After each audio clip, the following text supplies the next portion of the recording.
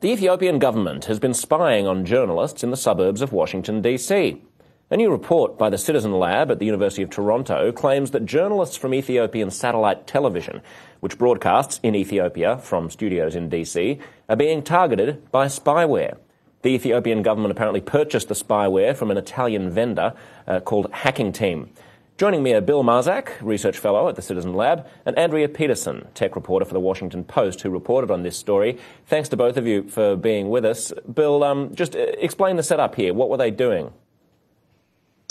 Sure. Well, what we found was that these journalists in the suburbs of Washington, as you say, were receiving suspicious emails or emails that they identified as suspicious. And these emails promised details, for example, about the upcoming elections this year in Ethiopia, or details about imprisoned Ethiopians. And the emails contained attachments which, it was designed to get the recipient of the email to open up the attachment on his or her computer.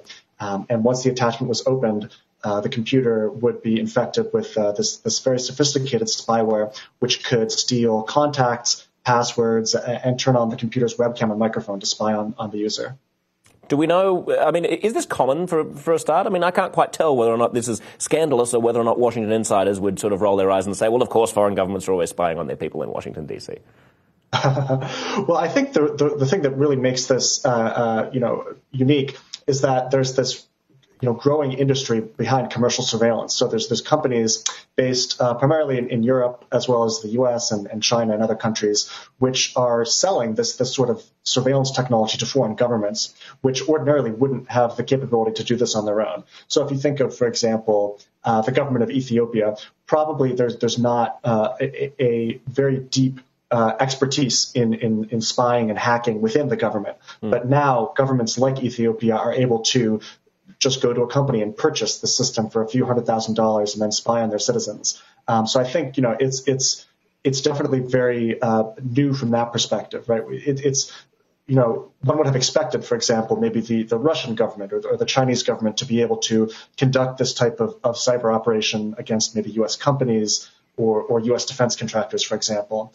But to have a government like Ethiopia be able to purchase this capability and then use it to target not companies or defense contractors or anything like that, but just dissidents, individuals who have sought refuge from the persecution of the Ethiopian government to broadcast opposing views. So I think that's the really key point here. Andrea, do we know why they're targeting Ethiopian satellite television specifically? Is it simply because they preach views that run counter to the orthodoxy of the Ethiopian regime?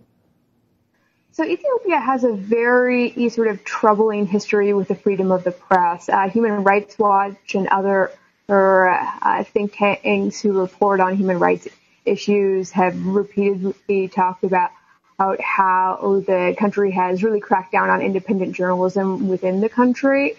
So there are outlets like ESA that have become much more important in terms of being sources for independent reporting, because inside the country, that's a really hard thing to do.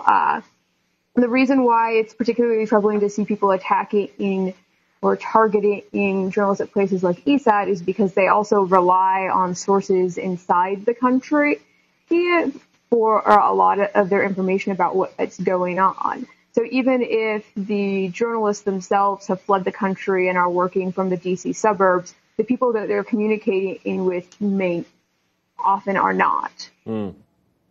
Are there legal ramifications in all this? Andrea, sorry, I think Andrea just froze. If you can hear me, Andrea, oh yeah, we've got you back now. Are there legal ramifications in all this? So, it's kind of an interesting situation because there are some international agreements that put export controls on certain types of surveillance tools, but those are enforced by the individual nation, so it really varies from place to place. There is at least one situation where an Ethiopian dissident who is allegedly infected with a different form of commercial surveillance, where is actually suing in Ethiopia right now. The Electronic Frontier Foundation and is working with a DC area U.S. citizen who was reportedly infected by FinSpy, which is another kind of commercial software available from another company. Phil, what about these companies that are just selling this software? They presumably have policies about, not breaching the human rights of people. But what do they claim that their products are for, if not for nefarious purposes? Right. Yeah. These companies. So Hacking Team is the one that whose spyware was apparently used in this case, and FinSpy is the other one Andrea mentioned. These companies both claim that they have customer policies which dictate, that they don't supply customers who use their products to violate human rights, and they also have a mechanism whereby they can investigate and cut off support for these products, after which the products can no longer be used because they become vulnerable to detection. But the companies, we find that when we issue these types of reports, mentioning abuse, the companies come back with their customer policy, but also with the common refrain that these products are designed for investigating serious crime, for example, terrorism, child pornography, things of this nature. But again and again, we're able to document cases where the products are used beyond these kind of serious crime cases and more into this area where it looks quite like abuse, targeting journalists that are speaking out against the government or targeting activists in a foreign country.